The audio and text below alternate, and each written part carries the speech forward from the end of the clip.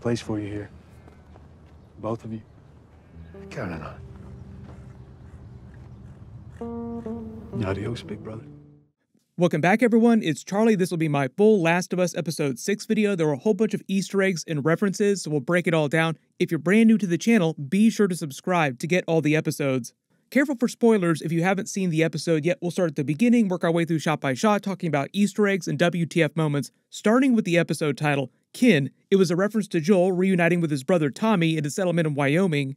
It's also a reference to Joel and Ellie's relationship because by the end of the episode, they start to think of each other more as kin. Not completely, but they're much closer. The opening scene actually replays the events of the end of episode 5 with Henry killing his younger brother Sam, who'd been infected, and then killing himself in despair, and there's a 3-month time jump, which is similar to the games. There was a time jump after they left Henry and Sam. The season was a little bit different. There wasn't snow on the ground when they made it to Tommy's. I think they changed that so that it just feels like a lot more time has passed. And they cover a bunch of plot by the time Joel gets wounded at the university at the end of the episode. In the game, it takes a little bit longer to get to that point. And when Ellie was forced to protect him, like while he's bleeding out there trying to survive, it became winter, like more time passed. It was another time jump. So it just seems like they want that to happen a little bit quicker in the episodes. I'm not expecting a giant time jump for episode 7. There might be a small time jump though. Joel and Ellie have made it much further west, closer to where Tommy's settlement is in Wyoming. They try to get help from the older couple living in the remote shack outside of Cody that's here. Tommy's settlement is a little ways away, but they did add a lot in this episode, and part of the episode is very different from the game. Some of the scenes are very close to the game though. At their shack, you see the man strung up a deer carcass. They've just been living a quiet life there, away from all the craziness, the fungus, the infected. His rabbits he's caught there might be an Easter egg for the rabbits meme. Someone uploaded a clip a long time ago reacting to a rabbit being shot in The Last of Us, freaking out, it went viral. Then Naughty Dog actually added it as a secret reference in The Last of Us 2 game when they published it. The couple explains they just got really lucky in 2003 because they'd moved out there long before that just to be away from people, and that's probably one of the smartest things that they could have done, even though the wife says she didn't want to have anything to do with it. Like, I didn't want to move out here, but my husband did. Like Joel said earlier, you don't really find infected in remote areas like this as much. They tend to group around populated areas because it's their main food source, allowing the fungus to grow and spread. When he says never go past this area around the river, they only ever find dead bodies of those who try to enter that area. It's meant to be Tommy's group who just kill either infected people trying to get into their settlement or dangerous people like raiders. In general, the vibe that you get from Tommy's settlement is pretty authentic, like they're meant to be a good group of people. But there are bands of raiders and cannibals all over the place who are way more dangerous than the fungus, as Joel and Ellie find at the end of the episode. When Joel starts freaking out the moment they leave, he's having a panic attack because he's so worried about his brother and what's happening with Ellie. Like the fear inside him is starting to manifest physically. That's why he's having nightmares. That's why he keeps having panic attacks later in the episode. It's just that up to this point, he's been very good at hiding his fear. Ellie also reveals that he's been mumbling in his sleep for a while now, so it has been happening for a while. It's just it hasn't gone to full-blown panic attacks in daylight yet. She tries to help him emotionally a little bit here, and later in the episode, she literally has to help him. It's a good example of how they depend on each other. Like, she depends on him to protect her, but he is also depending on her to protect him. Sometimes more emotionally than physically. At the end of the episode, it's more physical, though. Like, please protect me from bleeding out and other raiders coming to kill us. As they continue on foot, a montage plays of them walking across the landscape to the river. The Last of Us theme music starts playing again. Ellie with the rabbits is also foreshadowing for her learning how to hunt and having to hunt for the both of them while he's incapacitated at the end of the episode. Love the moment of him sharing the booze with her. A moment in every child's life when their dad shares a swig of beer or booze. I had that moment too. I think it was beer, probably about 11 years old. Totally tasted gross to me at the time. What kind of battery acid are you swilling here? They reference this later when he's drinking with Tommy in the bar, but in the apocalypse, booze would actually be one of the few things that's pretty simple to make. Moonshine, basically homemade booze. People do it all the time in real life right now, even though in a lot of places it's technically illegal. Ellie starts to question what's next for them if they're successful in finding a cure for the fungus. It's a sign that she feels much closer to Joel because in her head, she's wondering what's going to happen to the two of them as a pair. Is Joel going to take off and leave her alone again? She's worried about that, while Joel during the episode admits that he's worried about letting her down. She's worried that he's going to leave her alone again, which has basically been happening to her entire life. Everyone she's ever known has either died or left her. It's one of those conversations where she's kind of fishing to try and find out what the future of their relationship is like. Like, where is this headed? Right now, she's still a job to him, but his opinion of her is slowly changing. Like, they share those funny moments together, like you get a little bit of dad vibes from him, but he doesn't really care about her that much yet. At least he's not willing to admit it yet. But you do see that his time with her have started to make him a better person, because the way he talks about his past with Tommy when they were with the hunters, he sounds like he did a lot of really terrible stuff. And he's being totally honest here when he says that this is like the first time that he's actually thought about having a future. He's never done it before because life after the fungus for him in the apocalypse has been a day-to-day exercise in basic survival, at least up to this point, making it to the next day, and that's about it.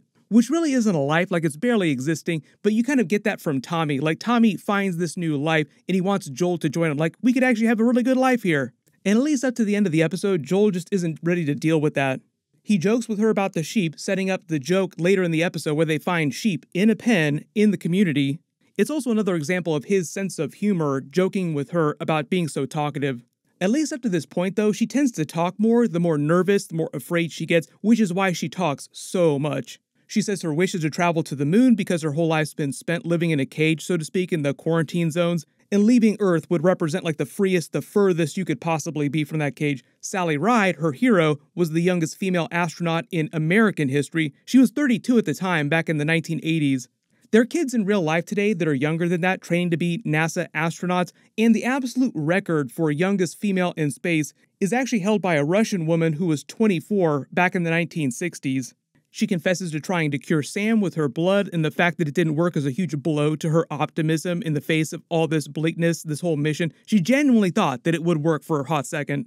The next morning, Ellie patrolling with Joel's gun is foreshadowing for episode 7 because she's going to be doing that a lot now while Joel's recovering. It's also a good example of how she's learned to survive on her own. Like, she's not completely there, but she has learned a lot of basic skills.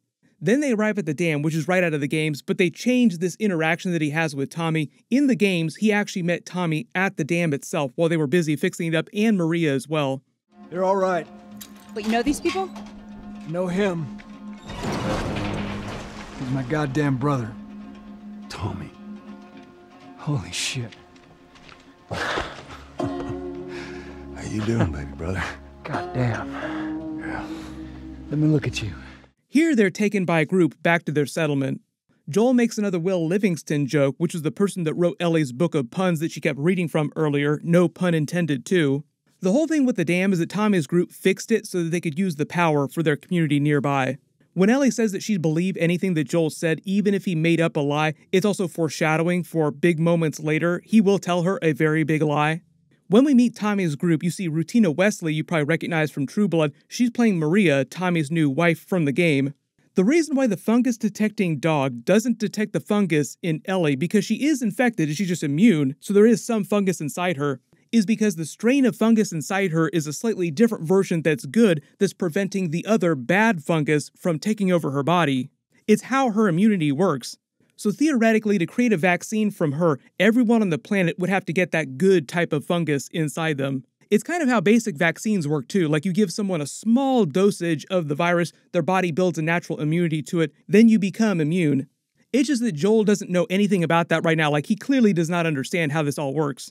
Which is why he almost craps his pants when the dog starts smelling her, as he explains to Tommy later. The reason Maria recognizes him is because Tommy told her about him.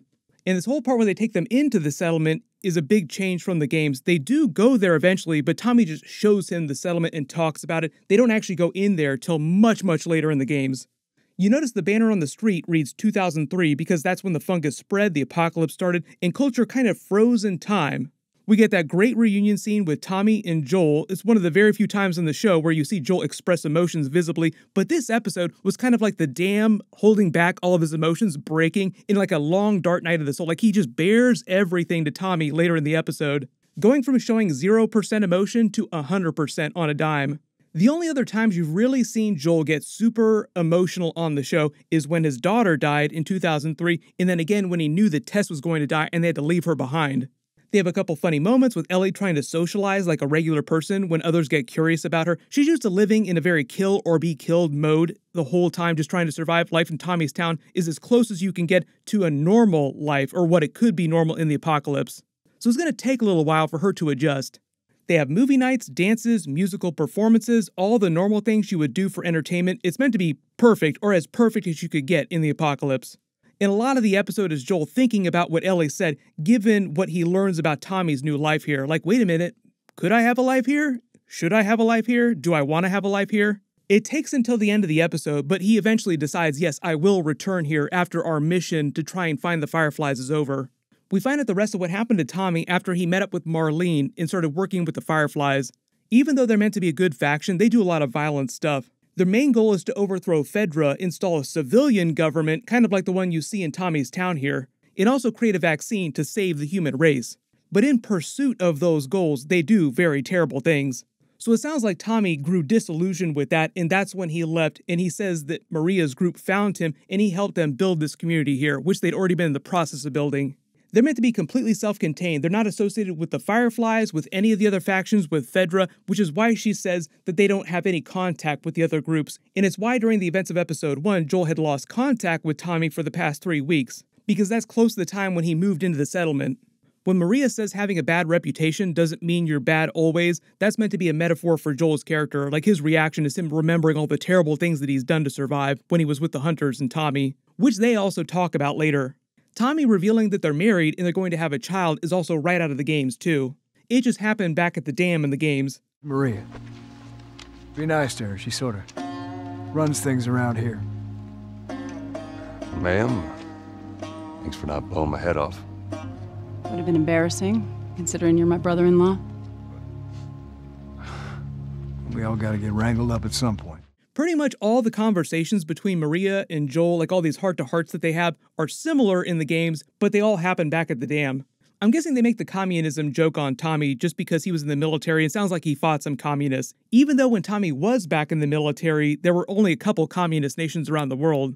There aren't so much world governments now, they're just versions of FEDRA, like in the United States, in other nations, like other nations' versions of what they're doing in the United States. Joel and Tommy have it out over some homemade booze. They had a version of this conversation in the game, but also happened back at the dam. It goes about the same way in the game. Tommy gives him the same information about where they might find the Fireflies at their base at the University of Colorado. He lies about what happened to Tess at this point, but eventually, later in the episode, when he bears his soul to Tommy, all of his fears, like he comes clean about everything, then he admits what really happened to her. They argue over the morality of what they've done to survive. Tommy reveals he's going to be a father. He has a greater responsibility to his new family. Like the title of the episode is Kin, another metaphor to that, to the new family that he started here in the settlement.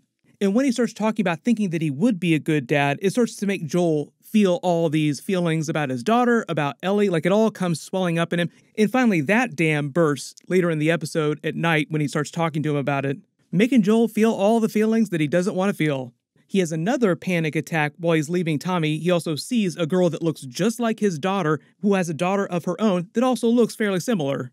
The scene of Ellie in the room with the pop culture, the notes from the former girl who grew up here are also from the game, but it happened in a slightly different place. She's just confused by it, scorns a little because it's all about the boys that the girl liked, all these casual things that seem so trivial to her, having grown up in the apocalypse where every day you're basically just trying to survive to the next one.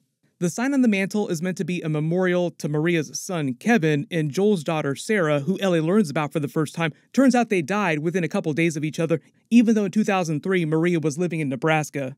This scene of her with Maria, where she starts defending Joel, wasn't from the games, but it's meant to set up that moment later where Joel and Ellie are arguing before they have a sort of reaffirmation of their relationship. At this point here, she doesn't totally think of him as her father yet or anything that significant, but it's an example of how much closer she feels to him. And the interesting new bit of information here, the way Maria tells it, is that it wasn't Joel following Tommy with the hunter to keep him safe. It was actually Tommy following Joel to keep him safe. Maybe it's a matter of perspective, but it's just meant to show you what happened to Joel after the death of his daughter, like it broke him. Her line that the only ones who can betray us are the ones we trust is also meant to be foreshadowing for a huge moment at the end of the season. We can wait a few more weeks to talk about that, but they will wind up paying that off. The movie that they wind up watching is The Goodbye Girl with Richard Dreyfuss. The plot of that is meant to mirror Ellie and Joel's relationship. It's about a woman and her daughter who get dumped by her boyfriend and have to move in with a struggling actor, Richard Dreyfuss's character, and they eventually start to feel like a family. In the series, Ellie is forced to go with Joel, and eventually they start to feel like a family, like Kin, the title of the episode. Then when Tommy goes to talk to Joel, he completely breaks down and starts crying, confessing everything that he's been holding it, like the dam bursts, and it's a long dark night of the soul for him. Probably the best performance that Pedro Pascal has given on the series so far. He should be nominated for an Emmy for this. He confesses everything, all their secrets, what's going on with Ellie, their mission, her immunity, and he can't stand to let someone else down the way that he thinks he let his daughter down and Tess down. He even mentions Henry and Sam from last week's episode. Then him trying to explain things to Ellie, them arguing about their relationship, is also right out of the games, but just happened in a slightly different area. I'm sorry about your daughter, Joel. Everybody I have cared for has either died or left me. I'm sorry about your daughter, Joel, but I have lost people too. You have no idea what loss is. Everyone I have cared for has either died or left me. She reveals she heard Joel's conversation with Tommy about taking the responsibility from him and feels betrayed by him. She doesn't totally understand what's going on inside his head. She just assumes it's because he doesn't care about her anymore. Really, it's the fear of failing someone that hard again that's keeping him from doing it. While he's thinking about things, he also has another flashback to his daughter. Then by the next day, when they come back together, their relationship is much, much stronger than it was before. Love the actual scene of them getting back together the next morning too, like water under the bridge. She doesn't even hesitate when he asks her to choose. All right, let's go. Peace, we're out of here.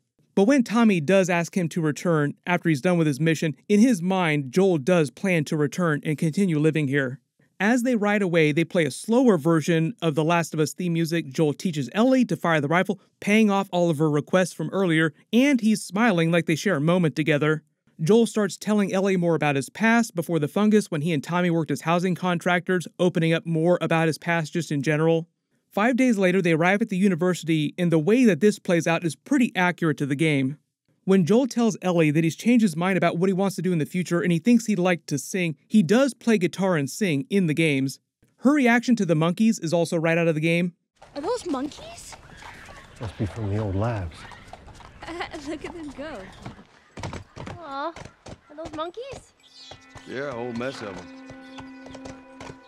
They wind up finding a sign from the Fireflies that they've retreated to Salt Lake City, Utah at St. Mary's Hospital, so that's like their next goal that they're heading to. Obviously a bit of a detour while Joel's trying to recover, but they're eventually headed to Salt Lake City. The band of raiders here are just meant to be one of the random roving bands that Maria and Tommy spoke of.